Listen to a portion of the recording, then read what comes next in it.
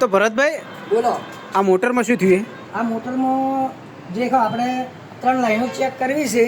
આ ઓકે બોલે છે, આ ઓકે બોલે છે, આ ઓકે બોલે, આ થોડી જીરો બોલે છે.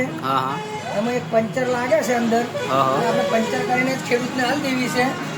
અને કોઈને મોટર આપણે રિપેરિંગ કરાવી હોય તો કિસાન સબમર્સિબલમાં આવી જજો. કારણ કે આપણે જુઓ મોટર કાપતા નથી, પંચર હોય તો પંચર કરીને જ હાલવાની. એ રીતના આપણે કામ કરીએ છીએ.